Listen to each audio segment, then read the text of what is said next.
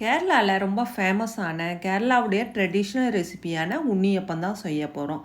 So இது ரொம்பவே டேஸ்ட்டாக இருக்கும். இதை நெய்யப்பன் கூட சொல்லுவாங்க. ஒரு சில கோயில்களில் இதை பிரசாதமாக கூட கொடுப்பாங்க. ஸோ ஒரு பவுலில் 1 கப் பச்சரிசி ஆட் பண்ணிவிட்டு 2-3 டைம் வாஷ் பண்ணிவிட்டு 4 மணி நேரம் ஊற வச்சுக்கணும். ஸோ நெக்ஸ்ட்டு 1/2 கப் வெல்லம் 1/2 கப் வாட்டர் ஆட் பண்ணி ஜஸ்ட் அது கரைஞ்சா போதும், ஸ்டவ் ஆஃப் பண்ணிடுங்க. ஸோ நம்ம ஊற வச்ச அரிசி 4 மணி நேரத்துக்கு அப்புறமா ஒரு மிக்ஸி ஜாரில் அதை ஆட் பண்ணிடுங்க.